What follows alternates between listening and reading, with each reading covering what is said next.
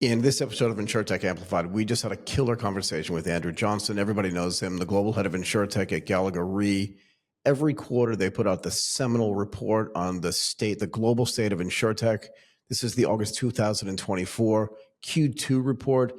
This report was based on artificial intelligence and its impact on the insurance and reinsurance value chain. I don't think any optimal solution will be where the technology replaces the expert, because ultimately you still need the expert to put stakes in the ground. You still need the expert to challenge the model when its outputs don't feel right. It's still the job of the expert to understand an environment at scale that a piece of tech simply can't understand and probably never will. Hi, this is Michael Waits, and welcome back to InsurTech Amplified. We are joined by Andrew Johnston, the global head of InsurTech at Gallagher Re. Andrew, how are you doing? Welcome back to the show, by the way. I feel like it's been like a little bit more than a minute from the last time we spoke to each other. How are you? I'm great, Michael. Thank you. I would anticipate it's exactly a quarter since we last spoke, given the report focus. I'm doing well. I think the last time we spoke, I was sort of dying from hay fever, which is thankfully passed, and enjoying a lot of travel, mainly in North America and in Europe. But yeah, enjoying things greatly. How are you? I could not be better. And look, we were talking before we started recording just about we both live in pretty amazing places, right? You're in Nashville, I'm in Bangkok. I feel like really lucky we both have a choice, and I love the choice that I've made. I'm sure you love the choice you made. The season you must be in right now has to be amazing weather-wise, no? Yeah, it is. I mean, it's great. And as a sort of Northern European by background, if anything, it's a bit too warm. But I am adjusting year on year. But I mean, we couldn't be happier, honestly, where we live. And we could, I think, at this juncture, probably live in many other places if we wanted to. And we make a conscious decision to stay here. And Nashville is booming, and it feels like a really exciting place to be. And is a small microcosm of some of the things that we write about and some of the things that we, even talk to clients about. And if you have the right ingredients, which Nashville does, it can be a really wonderful place to witness some fantastic innovation, and sort of foster an environment where people can come, be connected to the right sorts of people, and make magic happen. And I see that every day in Nashville. I love it. I love it. I love it. Okay, look, let's jump into a little bit of the stuff in this report. And I think you start every report talking about like what the investment environment is like in InsurTech. And let's talk a little bit about deal size. One of the points you like to make, I think, is this idea of you can't really judge the market itself unless a couple of mega deals get done in any particular quarter, because they're going to drive the numbers up significantly. But there still seems to be investment interest in the InsurTech space. It still seems to remain strong. Can you talk about this and then talk about also early stage investment, which seems to be dominating the space again? Yeah. Sure. So, yeah, absolutely. I mean, part of the major focus of the report is to share the sort of global InsurTech investment numbers with the reading audience. And Q2 has bucked the trend for a lot of what we were seeing for sort of the past 12 months at least, which is we are seeing an uptick in overall InsurTech investment for the first time in a while. And we are up to 1.27 billion, which is a significant uptick from where we were in Q1. But interestingly, it's not being driven by these massive deals that you kind of alluded to. And while what I was about to say is it's going to sound paradoxical, but I promise you it's not. While the total number of investment deals has actually reduced from Q1, what we are seeing is an overall increase in average deal size, which you would anticipate, but a compounding around that mean average. And so it kind of carries on that theme of Q1, which was a greater democratization of capital per deal. And the average deal size for Q2 is around the $10 million mark. And we are seeing, even at earlier stage deals, more companies raising in and around that mark versus what we saw a few years ago, which was really most of the deals were kind of around, say, 5 million, but you'd get a couple of $1 billion deals being done, and it would completely skew the numbers. And so this, to me, is indicative of a very healthy environment where the average check size is more or less, as I say, democratizing. Um, and quite excitingly, in Q1 and Q2 of this year, so H1, we only actually saw one mega round deal. So that's a deal above $100 million, which to me is quite a healthy thing. And the participation rate from reinsurers and insurers in particular, from an investment perspective, would suggest that there is absolutely no shortage of interest in this space whatsoever. I love it. I love it. I love it. Okay, look, that was one of the things I really wanted to cover. Do you want to talk at all about partnerships maybe that were developed in this, and then we'll jump into the AI stuff? Or just in general, like how partnerships drive some of this investment stuff? Yeah. Yeah, and I think that's kind of the name of the game right now, is that a lot of insurtechs have realised that to kind of make this work, they've got to go into partnership with insurers, partly because insurers historically have taken quite a long time, rightly so in my opinion, to make decisions on technology. And so one of the ways of getting to know companies is to form these sort of strategic alliances. But the three that we called out in the report was Allianz and ClearSpeed, HSB and WINT, and MassMutual and Genomics. And every quarter we kind of pick out a handful of deals that we think are interesting, where partnerships are part of that structure. But I'm really delighted that most of the insurtechs have now realised that to be successful in the market, you've got to be a part of the community, and I think this is one indication of that. Yeah, I mean, we're way past this conversation of disruption versus enablement. I think way past it, right? And I think you're right. The insurtechs are going to really make a difference are going to be those ones that can form partnerships with real insurance companies, because that's where all the action is, to be fair, yeah? I would agree. I mean, I mean, not to sort of break it down too squarely, but disruption is such a relative term, and how we might interpret disruption might be seen as part of the, I don't know, Schumpeterian scale of innovation, right? But I think if you can see disruption through a single lens, I think the best examples that we are now seeing of disruption is where traditional competitors in the kind of incumbent insurance and reinsurance space are leveraging technology better than their other traditional competitors, to the extent that they are disrupting against one another. And so what insurtechs have effectively allowed both Goliaths to do is to kind of sharpen their tools. And that's actually where we're seeing most disruption happen. It's not that David is disrupting Goliath. David is helping Goliath defeat the other Goliath. If I can give you a biblical analogy. So no, I like this a lot, actually. So without naming names, do you think that there's a bifurcation taking place in the market? And we can focus on North America if you want, if that's easier, where there are some insurance companies and some reinsurers that are leveraging, I'm just looking at the words that I wrote, that are leveraging tech better than others, and where others that had lagged behind, where they said, like, yeah, we don't need that, we can develop this ourselves, are going to kind of, like you said, they're going to get disrupted. So it's Goliath against Goliath, right? And the numbers that get thrown around, the power that gets thrown around can be really big. So are you seeing this bifurcation at all, or no? I think so. It's probably not as clear as a bifurcation, to be honest. It's so much an individual company basis, but I think that there is a mentality that is shared almost universally by pretty much every reinsurer and insurer, that technology has got to be a part of their future state. Have some companies done a better job? Absolutely. Have some companies made really smart insurtech partnerships or leveraged some great technology better than their traditional peer group? Absolutely. But I don't see a cohort of incumbent insurers and reinsurers actively not pursuing a technology strategy. Some are just doing it better than others, and as such are doing it quicker, delivering results faster, having a more effective outcome. But I can't think of a single insurance company or reinsurance company that I've spoken to in the last 2 years that isn't taking this very seriously.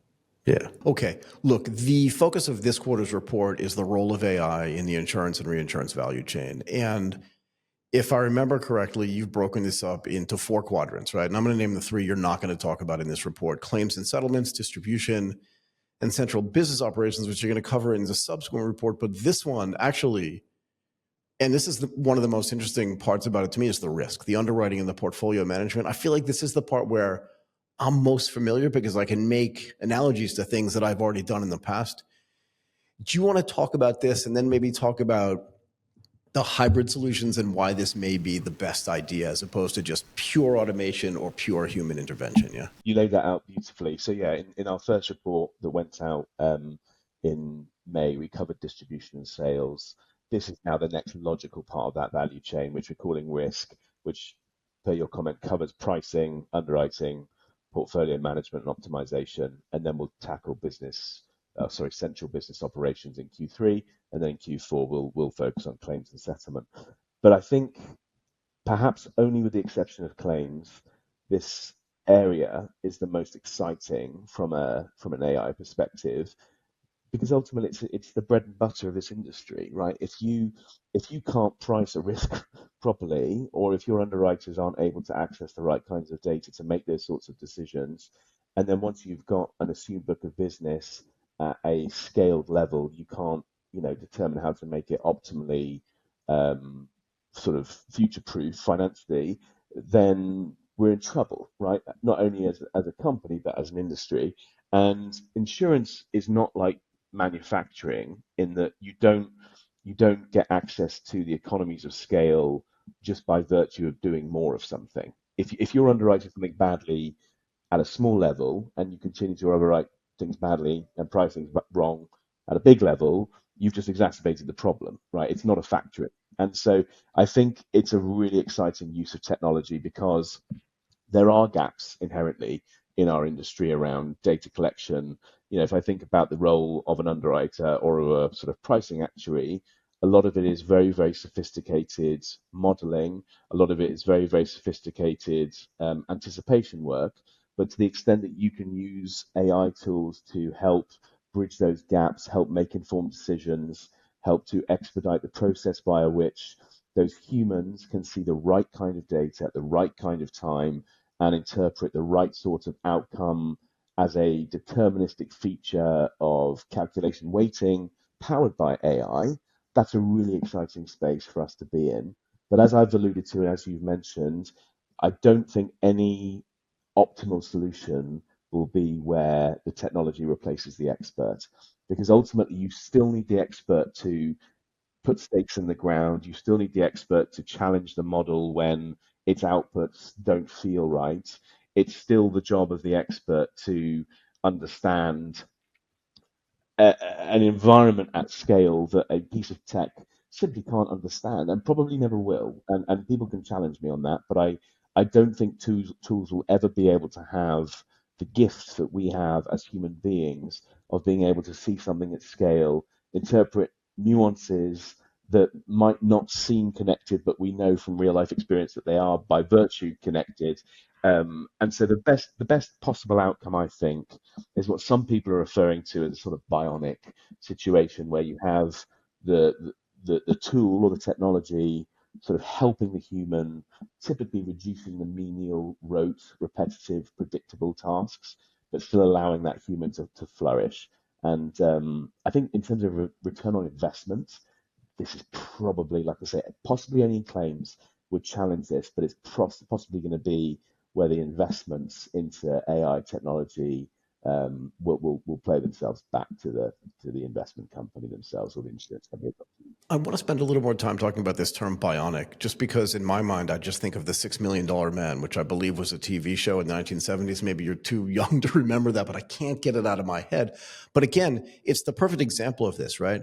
I can run faster, but I still have my human brain, right? So I can run faster and catch you, but I still have to ask the questions. Even if I can catch up to you, I can ask the questions. And I think this idea of bionicness, where you take away all this rote work that an underwriter has to do, and actually they can probably be better underwriters and better pricers if they can do that, because they're not spending all this really tiring energy just doing data gathering and all this menial stuff. They can focus on other things. And to be fair, I don't know if you saw this, but I think it was today or yesterday, even Jamie Dimon, so in the banking industry, in the investment banking industry, came out and said he thinks that they've built their own large language models that are going to allow their analysts, like it's going to replace junior analysts. So the senior analysts can now focus on actually writing really deeper dive analyst reports and don't have to run around trying to go out and find this data, right? I mean, isn't that one of the big wins here, is that you can take away all this other work and they can focus more on these, like you said, nuanced, but very nuanced things that a machine can't understand. Yeah, so I think we're sort of at a really interesting inflection point where we socially, as much as anything, need to be very honest with ourselves about how much we can achieve with the forecasted and advertised freed up time, right? And I think that's one of the things that we do talk about. You know, if in our 8 hour day, 7 hours is taken up with menial repetitive tasks, and actually only 1 hour of the day is really focused on client engagement or that highly sophisticated expert insight, and there is otherwise the ability to do so much more of that work if you can save those 7 hours, then I think it's absolutely fantastic. What I don't think companies are doing a very good job of at the moment is actually identifying what that additional work might be and how people can better spend their time. And so when I think about the amount of money that's being invested into this space, we've got to be honest with ourselves to say, has the equivalent amount of value been created, or have we saved the equivalent amount of value in perhaps not hiring certain people or not having certain roles anymore? And so socially, I think we've got to have that honest conversation among ourselves, because I don't think that the computers are ever going to completely take over, right? And if they were, that would be a different conversation. But I don't think that's the case. And so my encouragement to clients in particular at the moment is to really identify, if you had that extra time, what would you do? And let's be getting people into the mindset for looking for those opportunities, because simply just giving somebody an hour's worth of work a day because you've saved them seven, I don't think is optimal either. And I think that's the issue that we're facing. And by virtue of the fact, as humans, we can't run at 100% for 8 hours or whatever people work a day and expect it to be work of a high quality. And perhaps there is value in some of those downtime type processes that we do. And actually, perhaps we instinctively seek them out because it's a way of just decompressing. And so, like I say, I think we need to have very honest conversations about what it is to be in this space, in that kind of bionic environment. Yeah. So let me give you my own experience in this, right? Because I told you we did this on the trading desk. Once we started doing algorithmic trading, where the algos did most of the executions for the trades, even on the risk side, right? We're like, here's what we want to do. Here's a machine that can do most of those trades for us. We didn't just like get up and go get coffee for the rest of the day. Two things happened. One is we could pay closer attention to the more important parts of each trade, which was, again, way more fun as a trader. But the second thing we could do was just give way better customer service because we had more time to think and do research. And you're right, we weren't like flat out for 10 hours a day.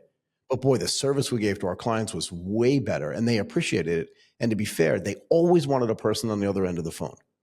So this idea of bionic and hybrid, I think we've seen happen before in other industries, and we're just going to keep seeing it for those reasons. I agree, and I agree with you too. This idea of having this conversation socially about like what the impact of this is going to be is super important, because I do think there's some fear out there about what's going to happen, and I think that you're coming down on the right side of this. To be fair, sorry, go ahead.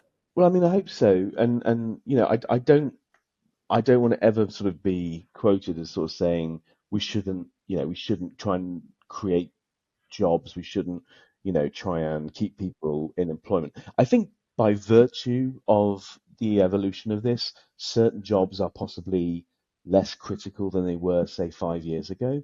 Um, but like I said, I don't think people should be implementing these huge kind of digitization or automation plans without also offering up to colleagues and members of staff a framework to better utilize what you hope those advertised, efficiency gains can be used for. And we as an industry are kind of constantly grappling with, how do you retain the best kinds of talent? That's part of the conversation as well. People want to work in an environment where they're not having their time wasted, but similarly they need to work in an environment where somebody's prepared to give them the time of day to help train them and help expose them to the nuts and bolts of something. And if over time we can no longer do that because we kind of delegate it all to some algorithm, that's an issue too. So it all just needs to be done in a very considered, thoughtful sort of way. And I think for the most part, people are. I think people Yeah, I agree. recognize this issue. I completely agree. And I want to make one more point too. Again, just my opinion. And you kind of touched on this. Some roles will be lost maybe because they won't be as important as they were before, and other new roles will emerge that people can fill because now new things can get done that couldn't Yeah. get done before. So I do think you're right. Maintaining that balance and maintaining that open conversation about what those impacts are going to be is super important. And I don't think either you nor I would suggest that getting the gains to eliminate things is the right way to go, but getting them to improve things is the best way to do this. I want to ask you about this too, though. No progress comes without risk. Do you want to address like some of the risks maybe or the potential risks for the AI in the insurance and reinsurance industry as well that are detailed in this report?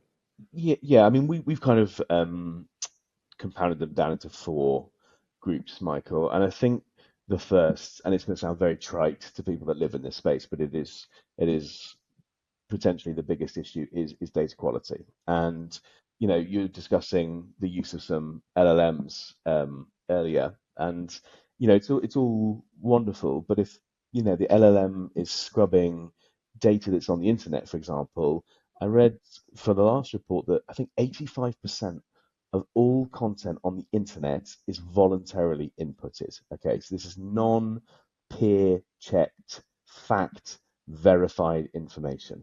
Okay, and so that in and of itself is quite a big problem, right? Because not only might the data be suboptimal, it might be false, it might be just straight up sort of wrong, which is again another reason why you need the human in the loop, because a computer isn't going to have a gut response to, oh, I think that doesn't feel right based on what I think I know. Yeah. And so Yeah. Yeah. data quality and accuracy are a huge problem. I think the second, and we touched on it in our um, conversation just now, is a lack of transparency and understanding why certain things are outputted, understanding the thinking behind making certain decisions. And that is inherent in a model that has been trained in a way where the operator might not be completely familiar with what is going on. But I think to justify certain decisions, you've almost got to understand how the sausage is made, for want of a better word. And some of the AI tools that we're seeing don't do a good job of sort of doing that. We think the third area is biases, which is a problem that is certainly not unique to our industry with the use of AI, but all of the AI tools are trained on models that in themselves run the risk of having some biases sort of inherent in them. And the way that this first round of AI algorithmic modeling is going is to verify positives in a certain kind of way and to kick out negatives. And in doing so, that feedback loop can just compound the original bias. And you can just look at some of the examples, some of the public examples of what's actually being produced. And as a society, we need to be very thoughtful of that. And then the fourth and final area, which is very pertinent to the theme of Q2, is this idea of creating uninsurable customers. And one of the things that we certainly talk about as an industry, but I think it's always worth talking about, is this idea that using the best in class data, using the best in class AI tools to get as close to the risk as possible, in some ways requires you to kind of converse with the policyholder in around what you're trying to do, because in some situations you need to have the policyholder give you some of that data. And so if you're effectively communicating to that policyholder, you're a really, really good risk, and we're going to hyper personalize your price as a result, partly to compete with our competitors, you are putting a pressure on the cash margin that is the pool underneath your total aggregate book of business. And in putting pressure on that margin, do you run the risk of making certain people uninsurable because you've hyper personalized the pricing on what you think, on paper at least, is a good risk?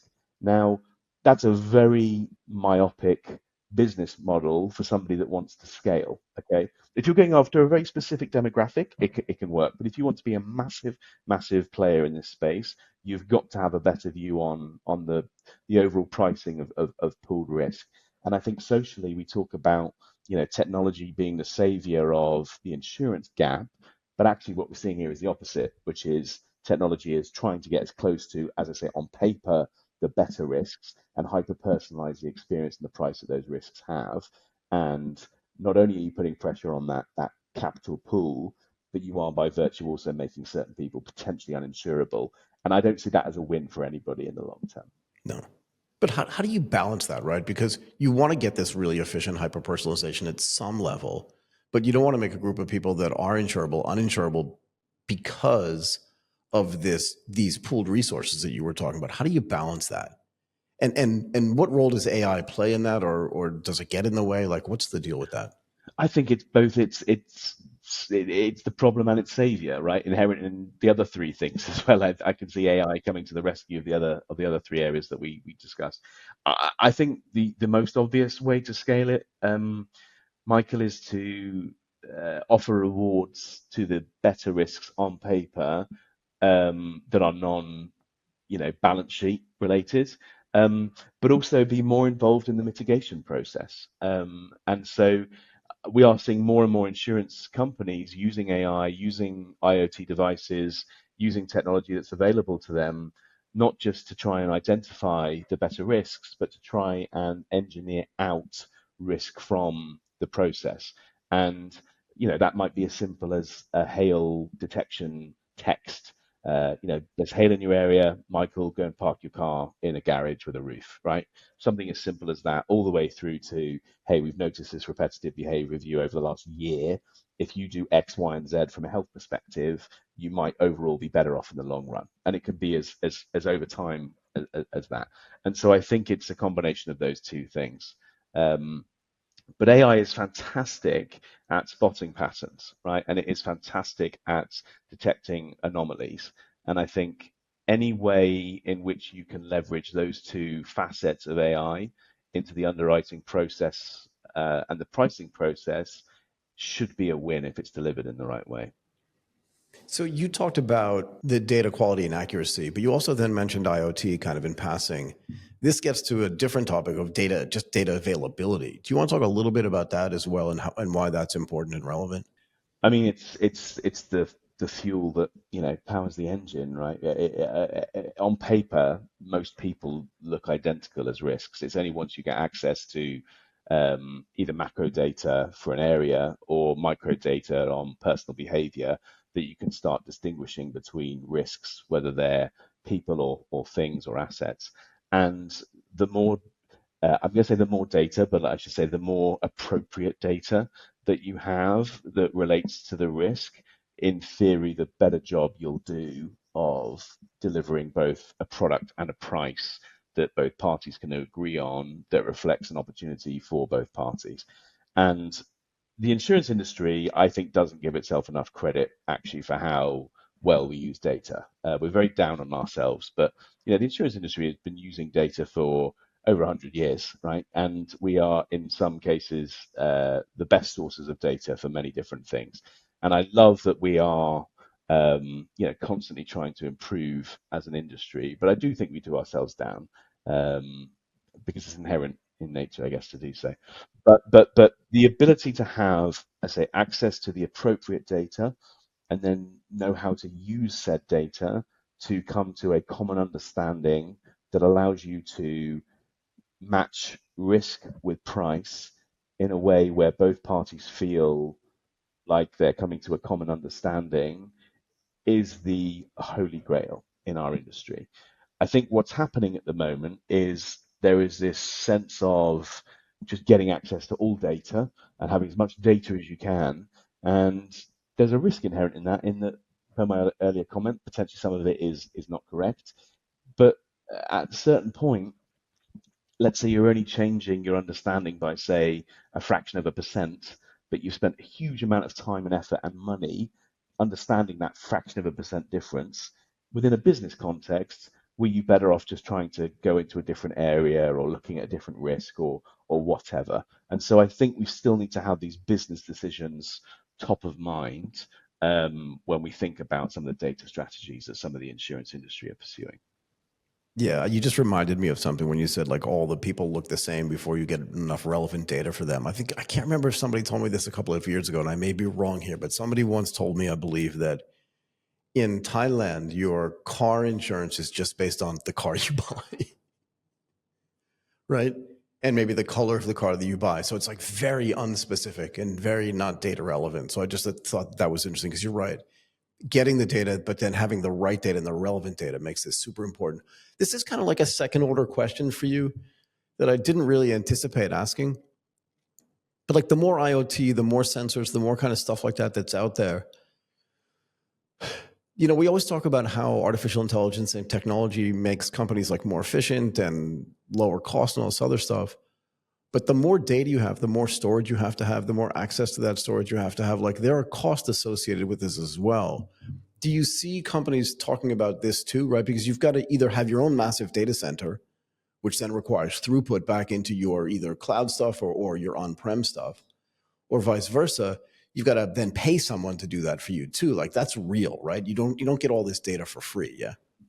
Yeah, I mean, it's definitely a conversation topic. Even the sensors themselves, who's going to pay for these things? And in certain, modern buildings or modern assets, the sensor is inbuilt at a sort of OEM level, but in other cases, it is an auxiliary sensor that somebody's putting in. We are hearing that as a conversation, and it's again part of the overall thought process. And I think the companies that are doing a good job, and not just those that are looking superficially at a specific device or Yeah. superficially looking at a specific sum of data. It's actually something you and I talked about in Tokyo back in March. It's what does the person putting a sensor into the house tell me about that person? Right? It's almost about stepping back and taking a bigger look. Here's Michael putting all of these devices around his house, and while the data that they might be deriving could be intellectually interesting and there is a cost associated with it, what I can certainly derive is that Michael is a very conscientious person. And from that, I think you can have an intelligent business conversation where you don't necessarily need to get into the weeds of what the data derived from those sensors is, but you can say, hey, Michael, we know you're a conscientious guy. Here's a 10% discount, right? And that's a very quick decision. It hasn't taken loads and loads of money to sort of process something. I, as the insurance company, don't take on the load of then having to store that data. And it's a very crude example that I just gave you, but there's an opportunity to think in that way as well. So how can you try and understand the behavior of somebody without actually going into the weeds and still coming up with that long-term relationship building tool where everybody feels happy about what's just gone on. Yeah, look, it's another relevant data point, right? If I'm putting sensors all over my house and water sensors there and fire sensors, well, then maybe I really care about this a lot more than somebody who doesn't have those sensors. If we're at the same base, like socioeconomic level, right? Surely they're more expensive. So if you're wealthy, you can afford them. If you're not, you can't. But if we're at the same level and I've got sensors for water all over my house, well, sure, then I'm way more conscientious than someone who's just like, whatever, it'll take care of itself. And you're conscientious in the home, and you're probably more conscientious as a driver. You're probably more conscientious when you go on vacation. If you get a pet, you're probably going to be a conscientious pet owner, right? It just goes on and on and on and on and on. And that's where I think companies that are doing this really well have kind of nailed this. What triggers, what signals is Michael giving me that allow me not to kind of obsess and fixate on granular data that tells me a lot about him as a person? Exactly. Can we do this? Because I want to go get into a couple of the case studies. I don't want to give away the whole report to people because there's so much great stuff in here, but there are a couple of things I want to cover before we get there. Well, one thing for sure, do you want to talk a little bit about machine learning, just kind of its scale? And maybe just, you can pick one, but just like how it impacts pricing, underwriting, and portfolio management as well? Sure. I mean, I think, if you want to give a company example, I'd probably look at Consiris, Good, which because that's is the one I want to go to. Good for you. which is a really That was, interesting company. And they started out in marine and cargo and had access to all of this great appropriate data, and basically came up with a hypothesis that behavioral data was a better indication of risk than pure demographic data on both the individual pilots, but also the boats themselves. And they came up with some really interesting underwriting support tools as a result, and they created an underwriting workbench called Quest, which has now been expanded out, I think, to cover workers' comp, which basically allows underwriters to look at data and then sort of appropriate the Consiris um, hypothesis of using certain behavioral data sources to outweight certain historically demographic data sources to get a better indicator of risk pricing. And interestingly, they call it to predict claims, which is it's quite funny, really, isn't it? Because that is what you're doing in the pricing and the underwriting space, is you are predicting claims. But the way that they articulate it, I think, is quite interesting. So I think that's the one kind of company case study that I really wanted to call out. I think if readers are interested in reading one thing only, though, I would look at the Sidley piece that the law firm has put out about AI, and they did such an amazing job of covering their view in the report. And I actually don't know if they've done this as coherently for anybody else. And we're so sort of blessed that they did that. But if you're concerned about the biases inherent in some of the things that we were talking about 10 or so minutes ago, read the Sidley piece. It is amazing. The Sidley piece was actually super interesting. It was also on my list of the things that I wanted to cover. And it dovetails nicely with some of the regulatory stuff you cover, which I don't want to get into right now. I do want to do one more thing first, because I think this is actually really important. And I hope I pronounce this properly.